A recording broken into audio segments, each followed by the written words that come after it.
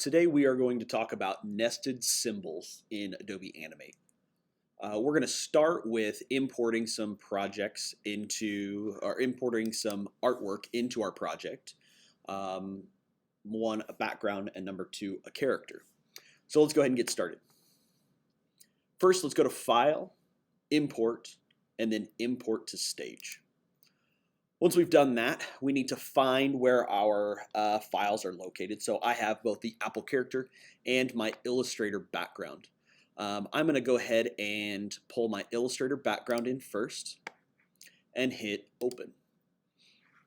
Once I open that, I'm going to get a pop-up window that that is going to help me import my file to my stage. So number one, I can choose which artboard I want to import from. In this case, my Illustrator file only has one artboard. It shows all of the layers that are going to be imported as well. I'm going to leave all of those on. I don't want to mess with this. However, I can see that the layers are separated into three separate layers. I have layer 1, layer 2, and layer 3. I do want to have those imported onto my scene in separate layers because I need to keep those in my main timeline. So I am going to change the convert layers to and make it say animate layers. This is going to import each one of those layers, so layer 3, layer 2, and layer 1 as its own separate layer in Animate. Okay? I also want to go ahead and set my stage size to the same as my Illustrator artboard. And the reason is because my Illustrator file is a little bit smaller than my Animate file, and I don't want to have any extra white on the outside. I also know that this is going to be my background. So this is what's going to stay on the main timeline. So this is the size that I want to work with. Once I'm done, I'm going to go ahead and click Import. We can see that I have 3 layers in my timeline. Those layers consist of mountains, clouds, and everything else in my background. I'm going to go ahead and name those. I'm going to double click on layer 1, call it background. On layer 2, I'm going to rename that clouds. And layer 3 are mountains. Now, the mountains probably could be lumped in with the rest of the background. They don't do anything special. So, it's fine. But they are separated in this, so that's how we're going to have them separated for now. Now our clouds layer does contain 3 separate pieces. And even in our background layer, we are able to click on the sidewalk or even that the grassy area or the blue background. So even though they're all on one layer, they can be separated out. I can still break up those small pieces. Same thing with the clouds. Even though if I click on the clouds, all of them are selected, I can click on each individual cloud and either cut it or hold Option and copy it. So now I have 4. Okay? So we would animate the clouds from here by creating keyframes or creating a motion tween and moving those. And so let's go ahead and do that really quickly. I'm going to create 3 seconds worth of frames by clicking, dragging to highlight, then hitting the F5 key on my keyboard to create frames. On my clouds layer, I do want to separate these out though, because if I create or I try to do a motion tween on this whole layer, they're all going to split together and all move at the same pace. And I don't want that. So I'm going to go ahead and create 2 new layers. One is going to be called Clouds 2, and the other is going to be called Clouds 3. Oh, okay, perfect. So I'm going to click on these 2, and I'm going to cut them, and I'm going to put them on Clouds 2 by hitting Shift-Command-V. Okay? I'm going to go ahead and copy that one and paste it on Clouds 3 and then just kind of move it. So now I have 3 separate pieces of cloud, which is good. I can create motion tweens for all of those, but first I need to turn those into symbols. So I'm going to click on my Clouds 2 layer to start. So I just click on the layer. That selects everything on my layer. And then I'm going to go to Modify, Convert to Symbol, And I'm going to change this to, we're going to call it clouds. And since we're on clouds 2, I'm going to call it clouds 2. I'm going to keep it as a graphic symbol and then click OK. So remember, we've talked about what a symbol is, and if you aren't sure what a symbol is, that is something you'll have to reference outside of this video. There's a presentation in another video that I can create about symbols, but please just ask if you need more information about symbols, the difference between a graphic and a movie clip, etc., etc. So now that I've turned that into a symbol, I can go ahead and add a motion tween. And I'm going to go to my last frame, which is frame 72, and I'm just going to move my clouds. That should create a cool motion path for me. If I zoom in, I can see all of those separated keyframes as well as my ending keyframes, and actually those would be tween frames. So I'm also going to, with my selection tool and hovering over that motion path, and when I get that curve, I'm just going to adjust that motion path. Perfect, nice and easy. Let's move on to these clouds. So I'm going to click and select those. They're on the clouds layer. And I'm going to convert those to a symbol as well and call them clouds 1 because they are on the original clouds layer. Keep it as a graphic symbol with my registration mark in the middle. Click OK. I'm going to create a motion tween again. Oops, mouse is going crazy.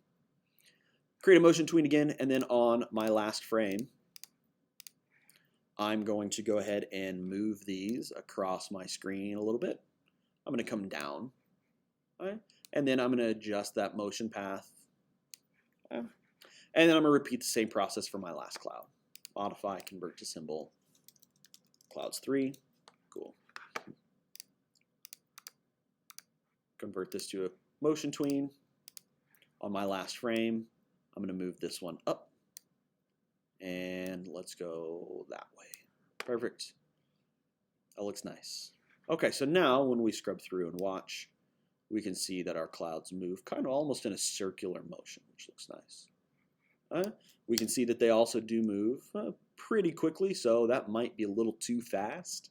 But at the same time, we're going to have our character moving, so it's going to give a little bit of a look like he's moving pretty quickly as well. So, all right, so the last thing that we need to do is go ahead and import our character. So we're done with our background scene. This is stuff that we've done before, but let's go ahead and move on to our background, or sorry, our character. So we're going to create a new layer. We don't need to name this because once we import, our character is going to rename the layer anyway. So I'm going to go to File, Import, and then I can import to the stage or import to the library. For this, I'm going to go ahead and import to the stage so that we can go through all of the steps today. I'm going to find my Apple character and click Open. I get that same import pop-up window that I had before, and we can see all of the layers that I have: right arm, right leg, body, etc. Okay? Now the only thing that I want to change with this one is I want to convert these to a single animate layer. Once I have that single animate layer and click import, now I get my character. That's awesome. I'm going to resize him by holding shift on my keyboard, and about there is good. And I'm going to move him down onto my concrete. I don't want to go too far because this is going to make things difficult later and it's hard to see. So I'm going to keep him kind of right here in the middle-ish, big enough that I can see also. I'm going to zoom in on my Apple character. And now that it's on one layer, we can also see, just like I had with clouds before, I can select those separate pieces for him. But we don't want to do any of the animating to our character in the repetitive motion of him skateboarding on our main timeline because that's going to be a lot of work. Not only are we going to be animating him doing the actual skateboarding, but then we'd also have to animate him moving across our screen. And that's a lot of work. We don't want that. So let's go ahead and click on the Apple character layer so that all of the pieces are now selected. And then we're going to modify, convert to symbol, and we're going to name this Apple. You click OK. Neat. Once I've done that, I can see one single bounding box, and that's really helpful. And that means that he's a symbol. I'm going to go ahead and double click, and that's going to take me inside of the Apple's nested timeline. So you can see here that my path now goes from scene 1 to Apple. Before, where I have scene 1, I can see everything on my screen. When I double click on my apple, you can see everything, but my apple is now kind of grayed out almost. And that's me, it's putting emphasis on my apple, or isolating my apple. So I'm inside my timeline. You can also see my timeline changed. I now only have layer 1 with one single frame, and it's a keyframe. And that's what I want. I've done good so far. The next thing that I need to do is I need to separate all of those little pieces into their own layer. And I want that done right here.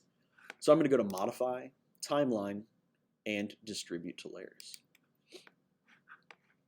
Now what Animate does is take all of those pieces out of layer 1 and puts them onto their own layer. So now layer 1 actually doesn't have anything in it. You can see because that keyframe is not filled. It's blank. So I'm going to go ahead and delete that. Layer 2 is his right arm.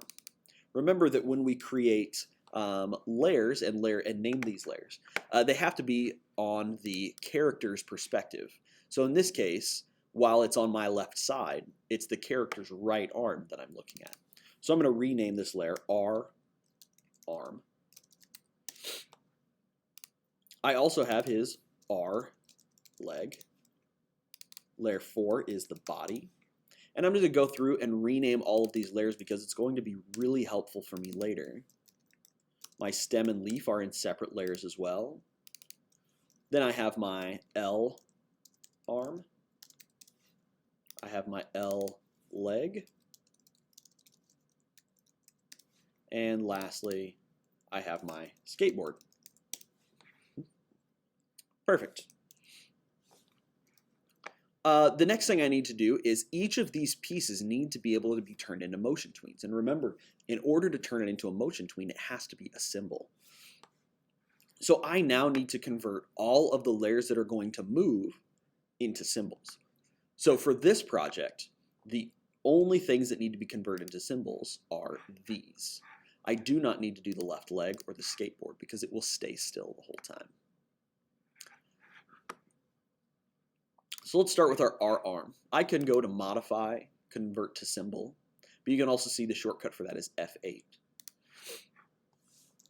If you have a keyboard that's a condensed keyboard on a Mac, you'll also have to hold the F in button in the bottom left corner of your keyboard before you can hit F8, unless you've turned that off already. So this symbol, just like I named the layer, I'm going to call this R arm, and I'm going to keep it as a graphic symbol. I'm going to move on to my right leg and call it R leg, and just go through and name all of these.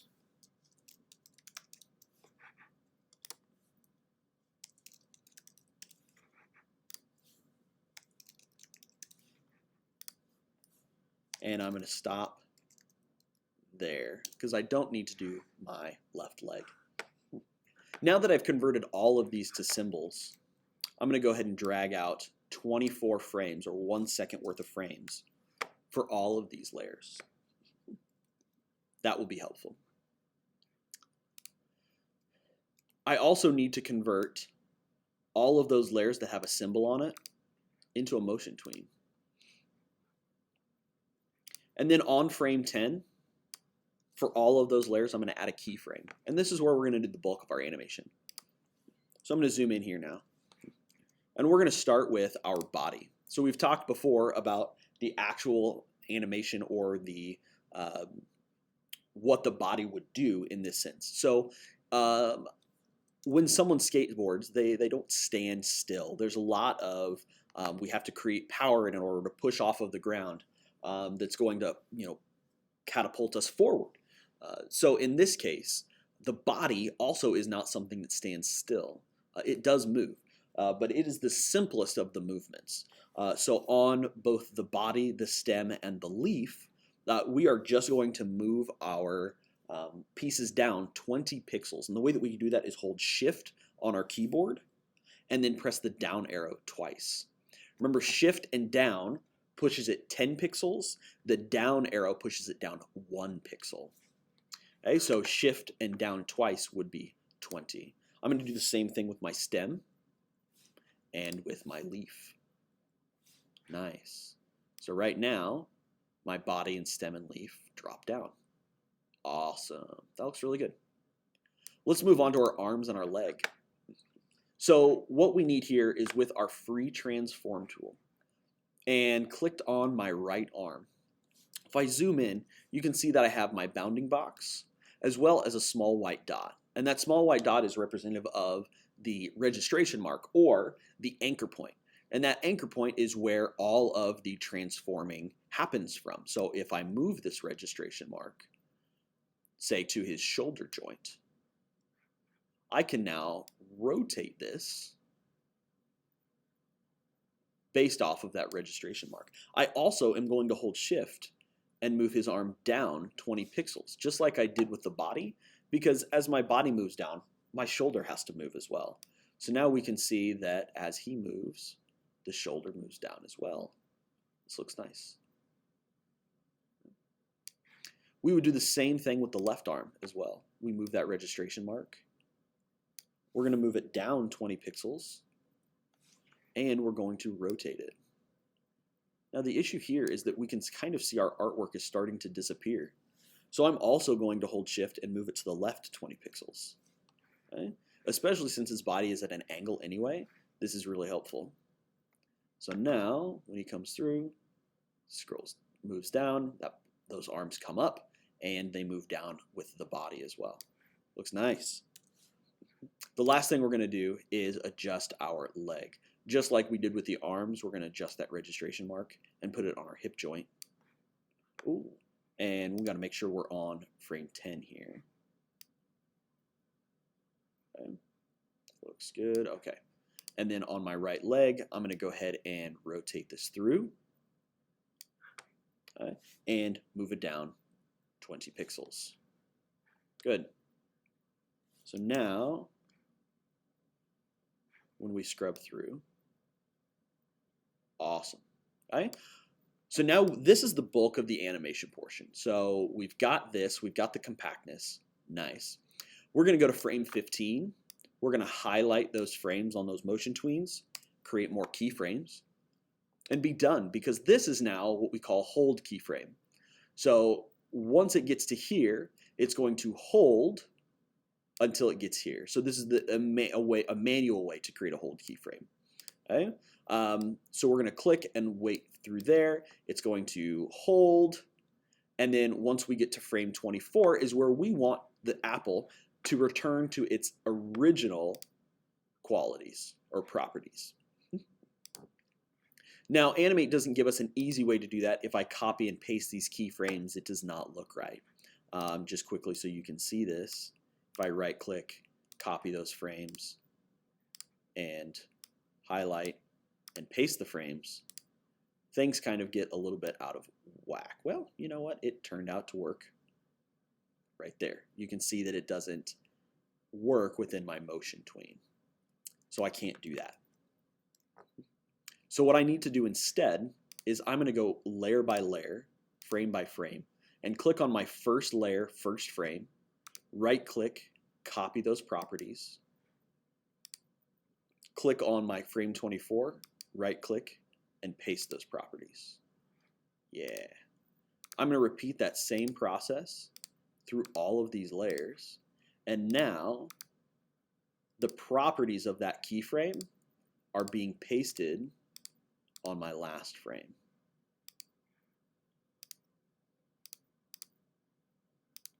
Ooh, try this one more time. Sometimes when I try to go too fast, things get all out of whack. Copy, paste, copy, and my last one, paste. There we go. Now he comes through, he holds, and he pushes off. Okay, that also is all in the same very repetitive motion. Not a lot of change because it is very linear here. It's the exact same spacing in between here and here. So what I can do is try to push this pose a little bit and create a little bit of anticipation. And I'm going to stretch those keyframes, click and drag them over here to frame. Actually, I'm going to go to frame 19. I think that will be better. So now when we watch this, There's a little bit of a hold, and he's going to explode out of this. So it's a little bit faster. That looks really good. Okay? If I loop this, now we can see what the whole animation might look like on my main timeline. Okay? Now that we've got this done and really look and know that this is what's going to repeat the whole time, we can kind of see that it's a little bit glitchy. It doesn't feel smooth. I don't like it. So the last thing that we're going to do is go to frame 40 and increase these frames. Just going to add regular frames. So now it's going to hold for about another, 16 more frames? Let's increase our loop so that we can see this. And now, once he pushes off, he kind of holds a little bit. Right? Just like a skateboarder would. They don't constantly push. Right? This looks a lot better. Nice. Okay.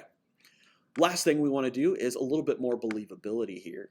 Let's go to our leaf. Let's animate the leaf. So we know this is a symbol already, so I'm going to double click because I don't want to do a bunch of animation right here when I just want the same small repetition to happen. I'm going to double click on the leaf, and let's add a keyframe on frame 3 and add a regular frame on frame 4. So now I have, let's increase that loop. So now I have 4 frames, 2 of them as keyframes. And I'm going to click on the leaf and zoom in. I'm going to move my registration mark to the stem so that that's the point where it's connected. And then I'm just going to rotate this one down a little bit. And this one, I'm going to rotate up just a little bit. There. So now we can watch it flap in the wind. Sweet. So now let's go back to our apple. Watch this loop. I'll zoom out a little bit. We can see my skateboarder is now skateboarding and his leaf is flapping in the wind. Looks really cool. Sweet. I'm done. All right, let's go back out to our scene 1 by clicking up here on our path. All right, and if we turn the loop off and play from here, we can see that our clouds are moving and our skateboarder is skateboarding. But there's not a lot of motion. He's not moving across our screen. Our background isn't moving. So one of 2 things need to happen. Either our background needs to move or our apple needs to move. And looking at this, our background is the size of our stage. And if we start to move our background, we run into white space or blankness, and we don't want that. So we're going to turn our apple into a motion tween. Keep it simple. Go to the very last frame. And then let's just move them across our screen. Nice. And then on frame 1, let's go and move them backwards. Looks good. Now we have that motion path with our selection tool. Let's go and curve that motion path. And let's make sure that he stays on our stage the whole time. So let's move him up there. Maybe we can bring that keyframe, those 2 original keyframes up higher. There we go. And then we can pull them back down. Awesome. Now if we watch him play, there he goes. Our guy's flying. That looks much better. We're all done. So this is what we would need to check and turn in. So now we want to save this as a .fla, but we also want to go up and test our movie to make sure. There we go. That looks better. It's not dropping any frames. Looks really good. Okay, we can see our clouds are connected together there. You might think about altering those in your own animations, but this looks really good. Our apple is skateboarding. He has a little bit more of a non-linear path with that curved motion path. The clouds look really nice. That leaf is flapping in the wind, makes it actually look like he's skateboarding across the screen. Looks good. Make sure you save these and turn both those files in.